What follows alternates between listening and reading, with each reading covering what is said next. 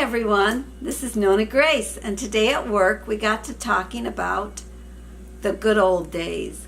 Well, I was telling about my good old days, and everybody is kind of fascinated because the girls I work with, they are all in their late 20s, early 30s, late 30s and early 40s. There's only me that's kind of on the older side.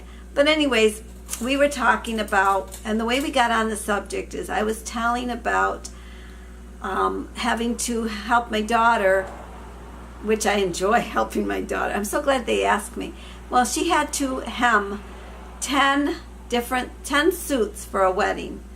She normally orders tuxes for people's weddings, but these people decided that they wanted to buy their suits. So when you buy a suit from the rental place, they come unfinished. So she had to measure them all, and we had to cut and sew the hems on the pants.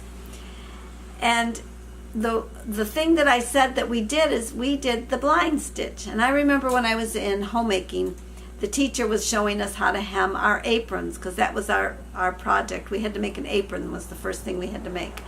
And she wanted to know if anyone knew how to do the blind stitch. Well, I raised my hand because my mom made sure that we knew how to sew, we knew how to crochet, we knew how to do a lot of things. So I told them that I knew how. So I was doing the blind stitch yesterday, and my daughter, she knows how to do the blind stitch. A lot of people can sew things on the sewing machine, but I've never done pants on the sewing machine, and I wasn't going to start now. So anyways, I was telling about that. Then the one lady says, well, gee, you want to shorten the shirts for her wedding, for her son's shirts? And I said, no. Maybe you better get a real tailor or someone to do that. I know I could do it, but I don't want to. It's for a wedding. You don't want to mess up. So then we got to talking about, I don't know how we got on to she was looking for a house. And she was saying about how the houses have only just so many bedrooms, and she really needs a house that has a lot of bedrooms. And she looked at an Amish house, and she said, would you believe they wanted $200,000 or something like that, and it has no electricity and no running water? And I said, wow, I grew up with electricity, but we didn't have an inside bathroom. We had one of those big crock pot type. It was a crock. They call them crocks, I guess. It's not a crock pot like what you cook in today. Let people think of a crock pot for cooking. It was a big crock, and you had a stainless steel cover. We used to cover it with a stainless steel cover. And it was our potty, and it was down in the basement. And so when you had to go, you went down in the basement and you went to potty on that big potty. And I was little, so I didn't have to go potty on that. My dad built me this nice little wooden box. Jake, you need to get in your house. My dog is walking and I hear the feet. Jake, in your house. Good boy. Okay. Well, anyways, I was little, so my dad built this little wooden box with a potty that slid inside and out to empty. And mine was made out of the potty part that was dumped was stainless steel also. Then we got to talking about the sinks, and I remember having the big old-fashioned sink with the knobs that were up high, and you turn them on, and it was just a big basin. In fact, we have that kind of sink in my parents' basement for canning.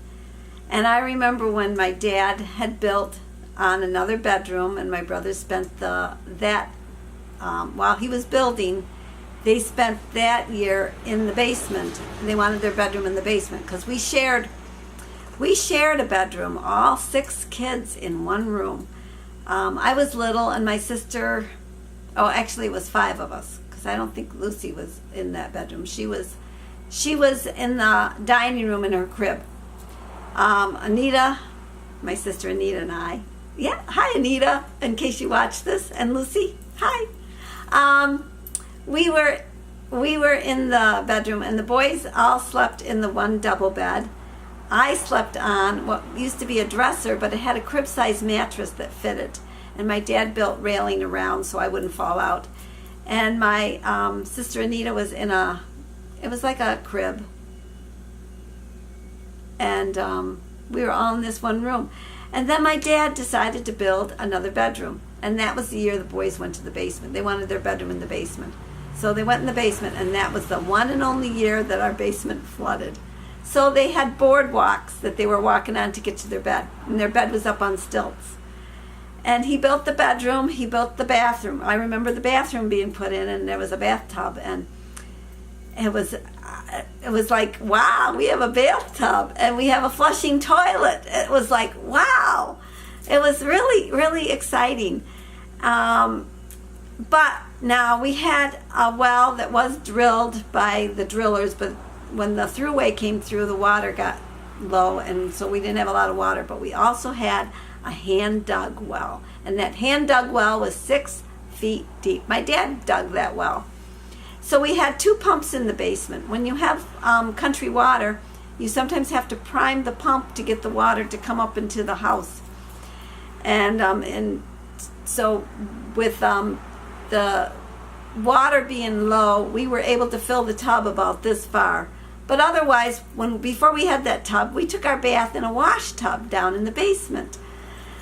And my mother would do the youngest ones first and then the oldest ones because we were cleaner. So the girls were lucky. They got the water when it was nice and clean and nice and warm and nice and hot. You know, nice. It was nice. The boys, they had to take the water as it came. As you got older, you got the not so nice. And when you would flush the toilet, I remember my dad carrying water up from the little well, and he used to take the bucket and we used to dump it into the part where you did your business.